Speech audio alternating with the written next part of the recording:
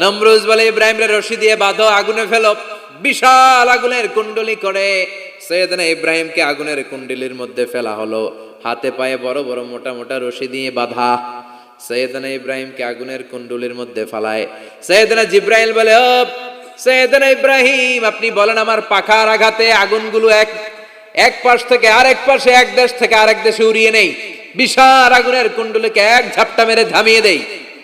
সৈয়দনা ইব্রাহিম বলে, কোনো দরকার নাই, কারণ আগুনের মালিক আমার সাথে আছে। রাডাই, I don't need your help, আমার কোনো সাহায্যের দরকার নাই, কারণ আগুনের যে রব সে আল্লাহ সবকিছু দেখে কি দেখে না। বিশাল বড় মোটা মোটা রশি দিয়ে সৈয়দনা ইব্রাহিমের হাত আর পা বেঁধে আগুনের মধ্যে ফেলে দেয়া হলো। মুহূর্তের মধ্যে আগুনগুলো দাউ দাউ করে জ্বলতে শুরু করলো। হাতের রশিগুলো পায়ের রশিগুলো মুহূর্তের মধ্যে জ্বালিয়ে দেয়। বিশাল বড় বড় তক্তা জ্বালিয়ে দেয়, লাকড়ি জ্বালিয়ে দেয়, কিন্তু সৈয়দনা ইব্রাহিমের একটা পশমও জ্বালায় না। আজও যদি তোমাদের মাঝে কেউ ইব্রাহিমের মতো ঈমান আনিতে পারো, অগ্নিকেও পুষ্প বলে পরিণত করিতে পারো, ঠিক কিনা? মুসার মতো ঈমান হলে রাস্তা হবে সাগর জলে, ইউসুফের মতো ঈমান হলে একে একে দরজা খুলে। নবী ইব্রাহিমের মতন ঈমান যদি আজও থাকে বিদ্যমান, অগ্নিকুণ্ডে দেখতে পাবে খুবসুরত এক ফুলবাগান। সুবহানাল্লাহ পড়েন। আল্লাহ বলেন, কুলনা ইয়া নারু কুনি বারদান ওয়া সালামান আলা ইব্রাহিম। আল্লাহ বললেন, আগুন, দুনিয়ার শুরু থেকে তোকে একটা ধর্ম আমি দিয়েছি, যা পাবি জ্বালিয়ে ছারখার করে দিবি, কিন্তু আজকে কয়েকদিনের জন্য তোর জ্বালানোর ক্ষমতা আমি আল্লাহ কেড়ে নিলাম। তে আমার ইব্রাহিমের জন্য ঠান্ডা হয়ে যা। কি হয়ে যা? তবে আগুন খবরদার এত বেশি ঠান্ডা হবি না যাতে ইব্রাহিমের সর্দি না লেগে যায়। সুবহানাল্লাহ পড়েন। আগুন বলে, আল্লাহ বললা ঠান্ডা হ, আবার বললেন বেশি ঠান্ডা হবি না যাতে সর্দি না লেগে যায়। আমি কি করুম? আল্লাহ কয়, বারদাউ ওয়া সালামান আলা ইব্রাহিম। আমার ইব্রাহিমের জন্য এয়ার কন্ডিশন, নাতিশীতোষ্ণ, গরম নয় ঠান্ডা নয়, এরকম জান্নাতের গুলবাগিচা হয়ে যা। আল্লাহু আকবার। সাইয়েদনা ইব্রাহিম আগুনের ভিতরে 40 দিন ছিলেন। চিল্লা এখন কয়দিন? একটা পশমও পুড়ে নাই। আগুন থেকে বেরিয়ে উনি অনেক দিন বেঁচে ছিলেন। শেষকালে নাতিপুতিদের সাথে যখন গল্প করতেন তখন বলতেন, নাতিরা, আমার জীবনের সবচেয়ে আরামদায়ক সময় কেটেছে নমরুদের আগুনের ভেতরে ওই 40 দিন। ওই 40 দিন যেই সুখ, আমোদ, ফুর্তি, আনন্দে আমি ছিলাম, আমার জীবনে কোনো সময়, কোনো মুহূর্তে এত সুখ, এত আনন্দ, এত চমৎকার সময় আমি কাটাই নাই। চিল্লা এখন সুবহানাল্লাহ। এবার আল্লাহ ডেকে বলেন, নমরুদ, টাইম ইজ আপ, তোর সময় শেষ, অনেক বেড়েছিস, অনেক সুযোগ দিয়েছি, আর না। আমি আল্লাহ সব সময় ধরি না, ধরলে ধরে না, ধরলে আল্লাহ ছাড় দেয় কিন্তু ছেড়ে দেয় না। সুবহানাল্লাহ পড়েন। আল্লাহ কি দেয়? ছেড়ে দেয় না। আল্লাহ বলে, নমরুদ, এবার তোর শাস্তির পালা। তোরে আমি ফেরেশতা দিয়ে মারবো না, জিন দিয়ে মারবো না, সাইয়েদনা ইব্রাহিম দিয়ে মারবো না, তোরে মারবো আমি ল্যাংড়া মশা দিয়া। সুবহানাল্লাহ পড়েন। আল্লাহর বাহিনী, বাউদা জুনদুম মিন জুনুদুল্লাহ, এই মশাগুলো কিন্তু আল্লাহর সৈনিক। এই বাতাস আল্লাহর সৈনিক। 50 আর 70 কিলোমিটার বেগে যদি একটা বাতাস বয়, সব শেষ হয়ে যাবে, ঠিক কিনা? এই জলোচ্ছ্বাসগুলো আল্লাহর সৈনিক, এই ভূমিকম্প আল্লাহর সৈনিক। ছোট্ট একটা ল্যাংড়া মশা নমরুদের নাকের ভিতরে দিয়ে ঢুকে কামড়াতে শুরু করছে। নমরুদ লাফাইতে শুরু করছে।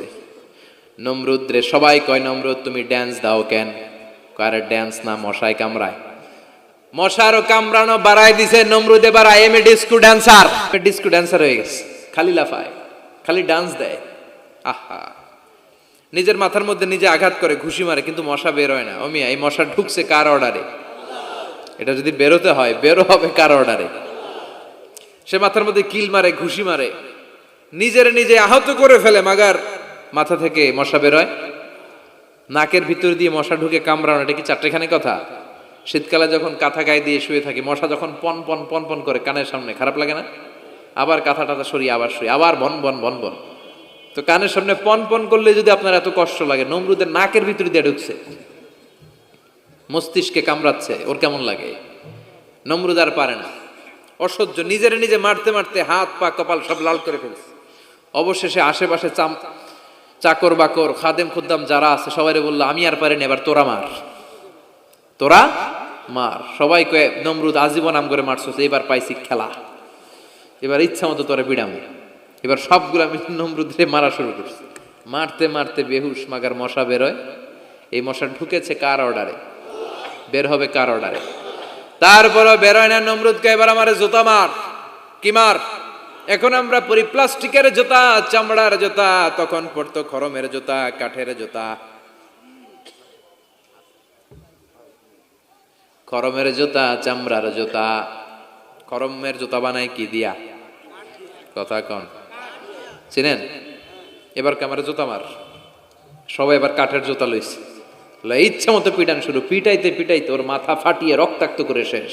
নমরুদের খেলা শেষ। নমরুদের খেলা যখন শেষ, আল্লাহর সৈনিক ওই ল্যাংড়া মশা নাক থেকে বের হয়ে শূন্যে উড়াল দিয়েছে। চিল্লায় পড়েন আল্লাহু আকবার। পৃথিবীতে কেউ তো স্থায়ী হয় না, হোক না সে ফেরাউন কিবা নমরুদ। কেউ ভাবে চিরদিন রয় না, কেউ ভাবে চিরকাল রয় না। পৃথিবীতে কেউ তো স্থায়ী হয় না, হোক না সে ফেরাউন কিবা নমরুদ। কেউ ভাবে চিরদিন রয় না। চিল্লায় বলেন ঠিক কিনা? নমরুদ আজীবন থাকতে পারছে? ওর ক্ষমতা, ওর দাপট, ওর জুলুম, ওর অত্যাচার, ওর শেষ রক্ষা করতে পেরেছে? কথা কন। ফেরাউন রে ফেরাউনের দাপট আর ক্ষমতা বাঁচাতে পেরেছে? এখনো যারা দাপট দেখায়, জুলুমবাজ, এদের ক্ষমতা দাপট এদেরকে বাঁচাতে পারবে না। বাঁচানোর মালিক একজন, চিল্লায় বলো তিনি কে? এজন্য আল্লাহ ডেকে বলে, গোলাম ইব্রাহিমের জীবনেতে তোমাদের জন্য শিক্ষা আছে, শিক্ষা আছে ইব্রাহিমের জীবনের জন্য। ও নবী, আমি এই কিতাবকে আপনার কাছে পাঠিয়েছি অন্ধকারচ্ছন্ন মানুষগুলোকে অন্ধকার থেকে আলোর দিকে নিয়ে যেতে।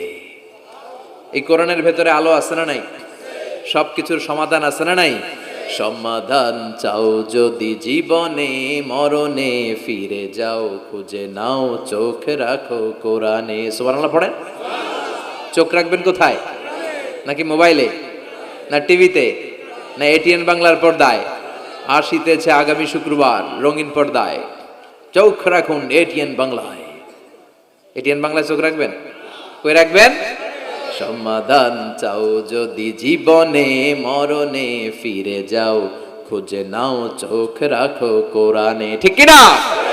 If you want the solution this dunya and akhirah, go back, have a look to the holy Quran. সুবহানাল্লাহ পড়েন। কি নবী আল্লাহ বানালেন, ওই নবীর নামে আল্লাহ একটা সূরা দিলেন। আবার আল্লাহ বললেন, ও দুনিয়ার মুসলমানেরা শোনো, তোমাদেরকে মুসলমান বলে নাম করেছে সাইয়েদনা ইব্রাহিম। ঠিক কিনা? আবার এই নবী সাধারণ কোন নবী নয়, এই নবী হলো তোমাদের জাতির পিতা। আমাগো জাতির পিতা কেডা? কথা কন আরো জোরে, সবাই মিলে বলেন, মিল্লাতা আবিকুম ইব্রাহিম হুয়া সাম্মাকুমুল মুসলিমিন। মিল্লাতা আবিকুম ইব্রাহিম, তোমাদের জাতির পিতার নাম, আমাদের জাতির পিতার নাম ওয়া সাম্মাকুমুল মুসলিমিন, তিনিই তোমাদেরকে মুসলমান নামকরণ করেছে। আবার আল্লাহ বললেন, আসলিম ইব্রাহিম, তুমি সবাইরে মুসলমান বানাও, আগে নিজে মুসলমান হও। আসলিম ক্বালা আসলামতু লিরাব্বিল, ও ইব্রাহিম তুমি মুসলমান হও। বলার সাথে সাথে ইব্রাহিম বলে, আল্লাহ দেরি নাই, আমি মুসলমান হয়ে গেলাম। ইহুদিরা দাবি করতো সাইয়েদনা ইব্রাহিম নাকি ইহুদি, নাউজুবিল্লাহ পড়বেন না? খ্রিস্টানরা দাবি করতো সাইয়েদনা ইব্রাহিম নাকি খ্রিস্টান। আল্লাহ বলে, মা কানা ইব্রাহিম ইয়াহুদিয়াও ওয়ালা নাসরানিয়াও ওয়ালাকিন কানা হানিফাম মুসলিমা। আল্লাহ বলে, আমার ইব্রাহিম ইহুদি নয়, আমার ইব্রাহিম খ্রিস্টান নয়, আমার ইব্রাহিম পাক্কা মুসলমান। হানিফান মুসলিমা, পাক্কা মুসলমান, ওনার ইসলামে কোনো সন্দেহ। এজন্য আল্লাহ খুশি হয়, ওনার একটা উপাধি দিলেন। উপাধিটা হলো লা হালিম। ইন্না ইব্রাহিম লা হালিমুন আওয়াহুম মুনিব, আমার ইব্রাহিম সহনশীল, আমার ইব্রাহিম ভদ্র। সুবহানাল্লাহ বলেন। আমাদের বাংলাদেশে আমাদের মুসলমানদের মধ্যে এটার সবচেয়ে বড় অভাব, সহনশীলতা আমাদের নাই। কথা কর, নিজে যেটা বুঝি ওইটাই। আমি তাবলীগ করি, আমি মনে করি আমি হক, বাকি সব বাতিল। এই সমস্যাগুলো বাগেরহাটে আছে না নাই? হ্যাঁ, আমি যদি জামাত ইসলাম করি, আমি মনে করি আমি হক, বাকি একটা দলরও আমি হক বলতে চাই না। আছে না এরকম? আমি আহলে হাদিস, সো আমি হক, আর বাকি যা আছে সব বাতিল। আমি কওমি, তো আমি ভালো, আলিয়া সব খালিয়া। কথা কর। আবার আমি আলিয়া, আমি ভালো, কওমিয়া সব শেষ। এই ঠেলা ঠেলে এই দেশে আছে না নাই? এক ইসলাম, এক নবী, এক কোরআন, এরপর সহনশীলতা নাই। সে অন্য নেশাবে পড়ুক, সে অন্য মতদর্শের হোক, সে তো আমার ভাই। সবচেয়ে বড় পরিচয়, সেও মুসলিম, আমিও মুসলিম। এই চিন্তাটুকু নাই। আল মুমিনুনা ইখওয়া, ব্রাদারহুড, ভ্রাতৃত্বের এই বন্ধনটা আমাদের মধ্যে নাই। আমরা একে অপরকে গালিগালাজ করতে দেরি করি না, একটু চিন্তা করি না। কাফের বলে ফতুয়া দিতেও দেরি করি না। কথা কন, ফতুয়া আছে না নাই? কয় তুই কাফের 10 কারণে, তুই কাফের 20 কারণে, তোর দাদা কাফের, তোর নানা কাফের, তোর পীর সাহেব হুজুর কাফের। আছে না নাই? তোর এই কাফের পীর সাহেব মারা গেলে, এই পীর সাহেবের যে কবরে শোয়ানো হবে, ওই কবরের উপরে যে ঘাস উঠবে, ওই ঘাস যে গরু খাবে, ওই গরুর যে দুধ খাবে, ওইটাও কাফের।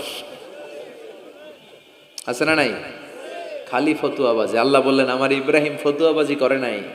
ইন্না ইব্রাহিম লা হালিমুন আওয়াহুম মুনিব, আমার ইব্রাহিম ছিল সহনশীল, ভদ্র একজন নবী। চিৎকার করে বলতে হবে ঠিক কি না? আবার আল্লাহ বললেন আমার ইব্রাহিমকে আমি খলিল উপাধি দিয়েছি। ইত্তাখাযাল্লাহু ইব্রাহিমা খলিলা।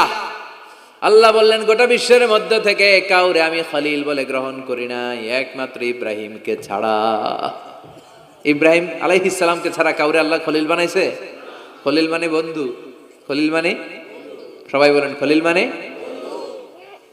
সাইয়েদনা ইব্রাহিমকে বানাইছেন খলিল, আর বিশ্বনবীকে বানাইছেন হাবিব। বিশ্বনবীর কি বানাইছে? আর সাইয়েদনা ইব্রাহিম খলিল। বাপ বেটা, একজন খলিল একজন হাবিব। বাপ কা বেটা সিপাহী কা ঘোড়া, কুছ না হতো থোড়া থোড়া। ঠিক কি না? বাপ ভালো তার বেটা ভালো, তাই মা ভালো তার ঝি। গাই ভালো তার দুধ ভালো রে, দুধ ভালো তার ঘি। বাবা যদি ভালো হয় ছেলে ভালো, মা যদি ভালো হয় মেয়ে ভালো, গাই যদি ভালো হয় দুধ ভালো, দুধ ভালো তো ঘি ভালো। কথা বলেন। যেমন বাপ তেমন বেটা। বাবা হলেন খলিল, ছেলে হলো হাবিব। খলিল মানেও বন্ধু, হাবিব মানেও বন্ধু। খলিল মানে এমন বন্ধু যেই বন্ধু আল্লাহরে খুশি করার জন্য কাজ করে। কথা বুঝতে হবে। খলিল মানে এমন বন্ধু যেই বন্ধু আল্লাহরে খুশি করার জন্য কাজ করে। আর হাবিব মানে এমন বন্ধু যেই বন্ধুরে খুশি করার জন্য আল্লাহ নিজেই কাজ করে। কার দাম বেশি? হাবিবের দাম বেশি। সুবহানাল্লাহ কইবেন না? এই বাপ বেটার মধ্যে অনেক দিক দিয়ে মিল আছে না নাই? সাইয়েদনা ইব্রাহিম বাবা, বিশ্বনবী ওনার অধস্তন সন্তান। এই বাপ বেটার মধ্যে অনেক মহব্বত আছে না নাই? মিল আছে না নাই?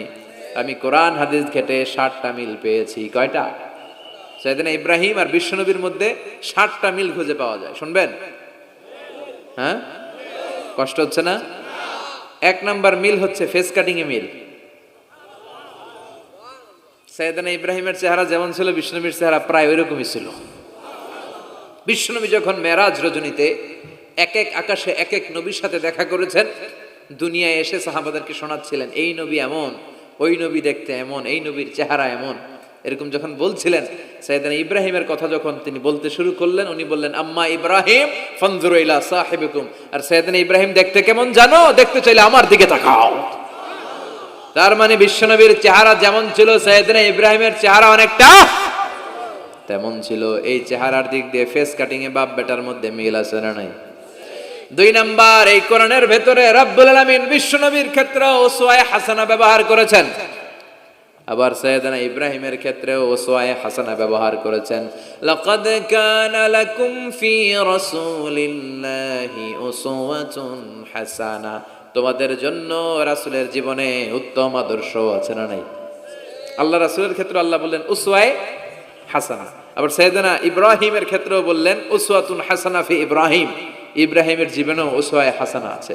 উসওয়ায়ে হাসানা মানে নিদর্শন বা মডেল, আমাদের অনুকরণীয় ব্যক্তিত্ব। আমাদের অনুকরণীয় ব্যক্তিত্ব হচ্ছে নবীরা, কবিরা না। কথা কন, কবিরা আমাদের মডেল না নবীরা? নায়করা আমাদের মডেল না নবীরা? সালমান খান আমাদের মডেল নয়, শাহরুখ খান মডেল নয়, ঋত্বিক রোশন আমাদের মডেল নয়, কোন নায়ক নায়িকা গায়ক গায়িকা ডান্সার সেলিব্রিটি আমাদের মডেল নয়। আমাদের মডেল হচ্ছে বিশ্বনবী, আমাদের মডেল হচ্ছে সাইয়েদনা ইব্রাহিম। চিল্লায় বলেন ঠিক কিনা? এজন্য আল্লাহ কোরআনের মধ্যে দুজনের ক্ষেত্রেই বললেন উসওয়ায়ে হাসানা, দুইজনই উত্তম আদর্শ। কয়টা মিল পাইলেন? মনোযোগ নাই? মনোযোগ আছে না গেছে? 3 নম্বর মিল, এই দুইজন নবী ছিলেন উলুল আজমি মিনার রুসুল। এই দুনিয়ায় যতগুলো নবী এসেছে তার মধ্যে 5 জন নবী ছিল শ্রেষ্ঠ। এই 5 জনের মধ্যে বাপ বেটা আছে না নাই? খেয়াল রাখবেন, উলুল আজমি মিনার রুসুল দৃঢ় প্রত্যয়ী নবী 5 জন। কারা? সাইয়েদনা নূহ, সাইয়েদনা ইব্রাহিম, সাইয়েদনা মূসা, সাইয়েদনা ঈসা, বিশ্বনবী মুহাম্মদ রাসূলুল্লাহ। এই 5 জন হচ্ছে উলুল আজমি মিনার রুসুল। এই 5 জনের মধ্যে বাপ বেটা 2 জন আছে না নাই? এরপরে বাপ বেটার মধ্যে আরেক মিল হচ্ছে বিনাউল কাবা। বাপ বেটা 2 জনই কাবা বানিয়েছে। বিশ্বনবী বানিয়েছে ছোট্টবেলায়, সাইয়েদনা ইব্রাহিম বানিয়েছে বৃদ্ধ বয়সে। ঠিক কিনা? বানাইছে না? বিশ্বনবী বানাইছে যখন বয়স একেবারে কম। কোন বর্ণায় 8, কোন বর্ণায় 10। 10 বছরের বাচ্চা বড় না ছোট? কথা কন। এই ছোট্ট মুহাম্মদ সাল্লাল্লাহু আলাইহি ওয়াসাল্লাম তিনি পাথর কেটে কেটে, পাথর কাঁধে নিয়ে বহন করে করে কাবা ঘর নির্মাণ করেছে। ওনার সমবয়স্ক বন্ধুরা তারাও বিশ্বনবীর সাথে পাথর টেনেছে, কিন্তু সবগুলা টানছে লুঙ্গি খুললা। কেমনে? কথা কন। ছোট বাচ্চারা লুঙ্গি খুলে ফেলে না? সবাই লুঙ্গি খুলে লুঙ্গি ভাঁজ করে কাঁধের মধ্যে রেখেছে। এরপরে কাঁধের উপর পাথর নিয়ে পাথর টেনেছে যাতে কাঁধে ব্যথা না পায়। কিন্তু বিশ্বনবী তো লুঙ্গি খোলে না। সুবহানাল্লাহ পড়েন। বিশ্বনবীর লজ্জাস্থান কেউ দেখে নাই। হালিমাতুস সাদিয়া, বিশ্বনবীর দুধমা, উনি বলেন এই কোরাইশি মুহাম্মদকে আমি 5 বছর ঘরে রাখলাম, পাললাম। এই 5 বছরের জন্য এই ছোট্ট মুহাম্মদ একবারও কাঁদে নাই। ক্ষুধা লাগলেও কাঁদে না, ব্যথা পেলেও কাঁদে না। শুধু লজ্জাস্থানের জায়গা থেকে কাপড়টা একটু সরে গেলে চিৎকার দিয়ে ওঠে। কি নবী ছিলেন, কি লাজুক ছিলেন। আল হায়া ও শুবাতুম মিনাল ঈমান, এই লজ্জা ঈমানের অঙ্গ। এখন আমাদের মধ্যে লজ্জা শরম নাই। নারীদের পোশাকের বেহাল দশা। মশারি কি পাতলা, এর চেয়েও পাতলা। কথা কন। আমার বোনেরা, এই হেজাব ছেড়ে দিয়েন না, নেকাব ছেড়ে দিয়েন না, ওড়নাগুলো ছেড়ে দিয়েন না। এগুলো আপনাদের সম্মান, এগুলো আপনাদের মর্যাদা। এই হেজাব আপনার অধিকার, হেজাব আপনার অহংকার, হেজাব আপনার আভিজাত্যের প্রতীক, হেজাব আপনার রুচির প্রতীক। আপনি কতটুকু রুচিশীল, আপনি কতটুকু ভদ্র মার্জিত ডিসেন্ট ম্যানারে আপনি চলেন, এটা প্রমাণ করে দিবে আপনার হেজাব, আপনার পর্দা। চিল্লা এখন ঠিক কিনা? যারা নারী অধিকারের কথা বলে এরা নারীদেরকে ঠকায়।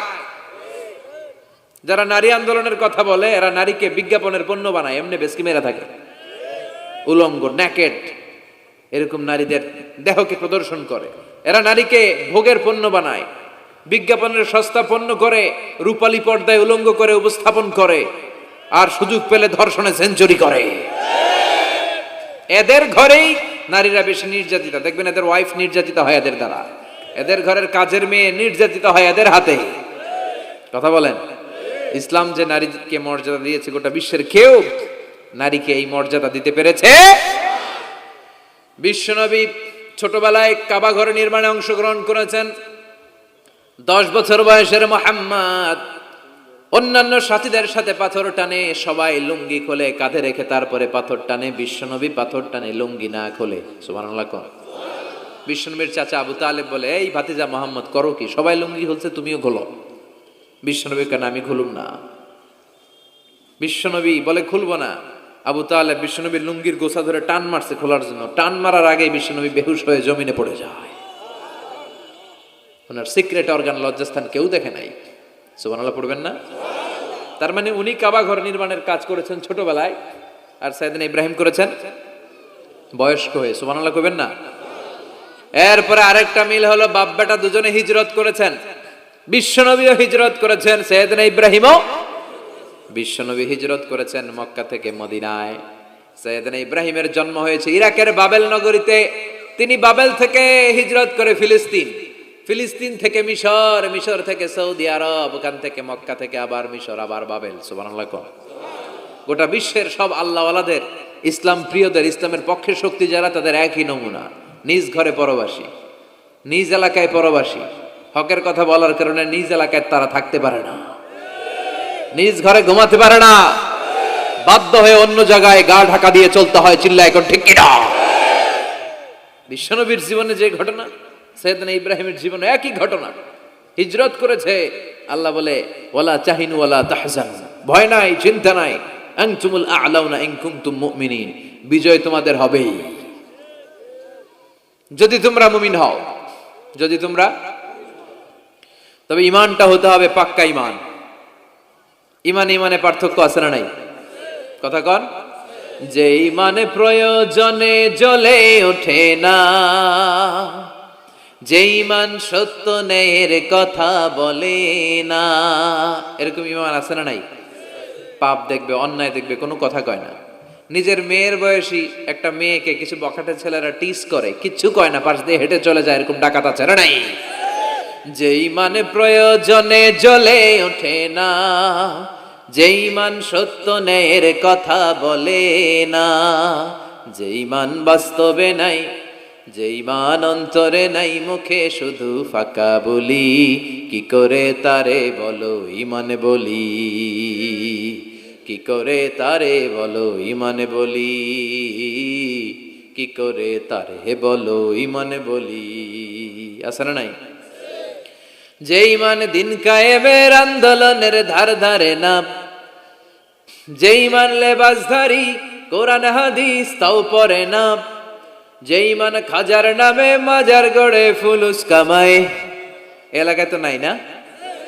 হ্যাঁ, যে ঈমান শিরকিয়াতের আমল করে ভীত না হয়, যে ঈমান ঈমানে ভুলে নাস্তিকতার মঞ্চে ওঠে, যে ঈমান বাতিল মতের দোসর হয়ে ফায়দা লুটে, যে ঈমান শুধুই কেবল খায় দায় আনন্দ করে, যে ঈমান দেখে না যে ফিলিস্তিনে ভাইরা মরে, যে ঈমান ময়দানে নাই, যে ঈমান বাস্তবে নাই, মুখে ফুটায় ফাঁকা বলি, কি করে তারে বলো ঈমান বলি, কি করে তারে বলো ঈমান বলি, কি করে তারে বলো ঈমান বলি। ঠিক কিনা? ঈমান ঈমানে পার্থক্য আছে। আপনারও ঈমান, আর যারা এই ঈমান রক্ষার জন্য জানবাজি রেখে ইসলামের কথা বলে, তার ঈমান ও ঈমান পার্থক্য আছে না? সাইয়েদনা ইব্রাহিম হিজরত করেছেন, বিশ্বনবীও হিজরত করতে বাধ্য হয়েছেন, তার মানে হিজরতের দিক থেকে মিল আছে না নাই? এরপরে বিশ্বনবী মুসলিমের বর্ণনায় বলেন, ইন্নী হারামতুল মদিনা কামা হারামা ইব্রাহিম মক্কা, আমি হারাম করছি মদিনা, সাইয়েদনা ইব্রাহিম হারাম করছেন মক্কা। মক্কা মদিনা দুইটাই কিন্তু হারাম, জানেন? মক্কা মদিনার চারদিকে হুদুদুল হারাম আছে, হারামের বাউন্ডারি। এই জায়গায় মারামারি করা যায় না, কিলাকিলি ঘুষাঘুষি কিছু করা যাবে? হত্যাকারীও যদি এই হুদুদুল হারামের ভিতরে ঢুকে, সৌদি পুলিশ ওখানে ওরা অ্যাটাক করতে পারবে না, ওরা ছলে বলে কৌশলে হুদুদুল হারামের বাউন্ডারির বাইরে আনবে, এরপরে মারিস। কথা বোঝা নাই? এটার ভিতরে মারামারি নাই। তো এই হুদুদুল হারামের বাউন্ডারি বেঁধে দিয়েছেন মক্কায় সাইয়েদনা ইব্রাহিম, আর মদিনায় বেঁধেছেন বিশ্বনবী। বাব্বাটা মিল আছে না নাই? এরপরে আমরা প্রত্যেক নামাজের শেষ বৈঠকে এমন একটা দুরুদ পড়ি, ওই দুরুদের মধ্যে বাপ বেটা দুইজনের দোয়া আছে না নাই? এই দুরুদটারে সাইয়েদনা ইব্রাহিমের নামে ডেডিকেট করেছে কে? দুরুদটার নাম দুরুদে আমরা সবাই পড়ি, আল্লাহুম্মা সাল্লি আলা মুহাম্মাদ ওয়া আলা আলি মুহাম্মাদ কামা সাল্লাইতা আলা ইব্রাহিম ওয়া আলা আলি ইব্রাহিম ইন্নাকা হামিদুম মাজিদ। আমরা বলি, আল্লাহ সাইয়েদনা ইব্রাহিম আলাইহিস সালামের উপর, তার পরিবারের উপর যেমনি রহমত করেছেন, বিশ্ব নবীও তার পরিবারের উপর আপনি রহমত নাজিল করেন। এরপর পড়ি, আল্লাহুম্মা বারিক আলা মুহাম্মাদ ওয়া আলা আলি মুহাম্মাদ কামা বারাকতা আলা ওয়া আলা আলি ইব্রাহিম ইন্নাকা হামিদুম মাজিদ। সাইয়েদনা ইব্রাহিম তার পরিবারের উপর যেমন বরকত আপনি নাজিল করেছেন, বিশ্ব নবীও তার পরিবারের উপর এরকম বরকত নাজিল করে দেন। কয়টা মিল পাইছেন বাপ বেটার মধ্যে?